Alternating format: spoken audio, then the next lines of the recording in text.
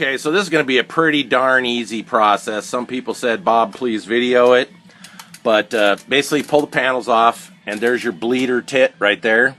And this pump I bought that I said was exactly like the one in the service manual is incorrect. Harbor Freight has cheapened this up, or Mighty Max.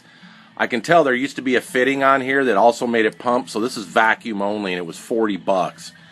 But I will use it for other stuff like checking the clutch assist that needs vacuum tests. So what we have to do is use the pumpless procedure. Now, I did use this vacuum pump to suck the fluid out of the reservoir. Sean watched, and we sucked it out, and I just basically what I did is I dropped the hose into here, and I opened up the bleeder tit, and all of it almost drained out. As you can see, the whole system doesn't hold very much clutch fluid, and there's the color of my clutch fluid.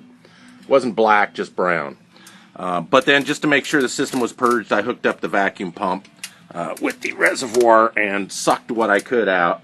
Wasn't very much left in there. So since this doesn't pump fluid, the procedure is, if you have one that you can reverse that pumps, is to fill this canister with fluid and pump the fluid up until some comes up into the reservoir, and then close off the bleeder tit, and you should be filled and bled. Unfortunately, because this doesn't pump, by the way, I am going to modify this. I'm going to drill this out and put a tit in myself and make it pump, all right? Because right now it's a vacuum only, and putting something here should make it pump. So I will do that later. But bottom line is we're going to have to do it the way the service manual says if you don't have a pump, and that is fill the system, let it run down till you see it come out the hose, tighten it, and then the old school way, pump the clutch, open the valve, close the valve, release the clutch, pump the clutch, open the valve until no air bubbles come out. Now what Sean and I are going to attempt is we're going to go ahead and use the vacuum line. So he's going to pour fluid in until I see stuff start running out of here, and then I'm going to close the tit, hook up the vacuum pump, then I'm going to open the tit, and I'm going to suck fluid while he makes sure we don't run out in the reservoir until I see no air bubbles. Same kind of thing, except you're not pumping the clutch. We're going to give it a shot and see how it goes. But this is pretty simple, guys. But I do recommend that if your clutch fluid looks like that after only 9,000 miles, replace it. Even though the service schedule says replace at 14,000 miles, I'm sorry I'm doing mine. That's just too nasty looking. All right? So I'm going to do the procedure, and we'll come back and check it out. But I've explained what it is. It's pretty straightforward. All right? Okay, so we did the pull the clutch. So let me explain the procedure. 8mm wrench, close the valve. Sean, pull the clutch. Sean, pull the clutch.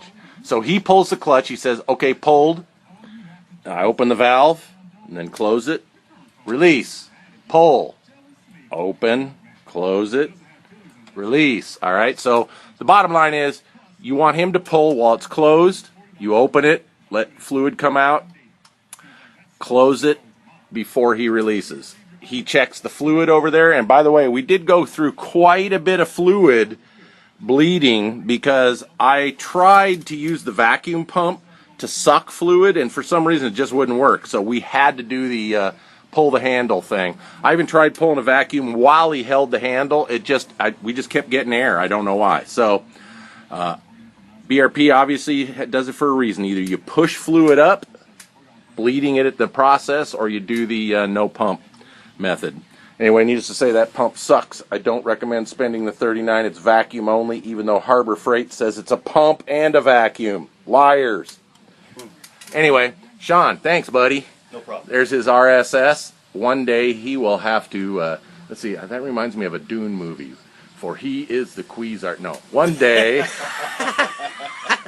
Anyway, so that's it. That's how you do it. I'm going to now check my vacuum assist, which does use the vacuum pump, but I did a stupid thing. I laid it on the ground with fluid in the tank, and it sucked brake fluid into the vacuum pump. So now I'm going to clean that all up, and then I'll do my brake assist. I may do a video on that. All right. Later, Sean. Sean's leaving. I'm getting ready to finish. Have a good one.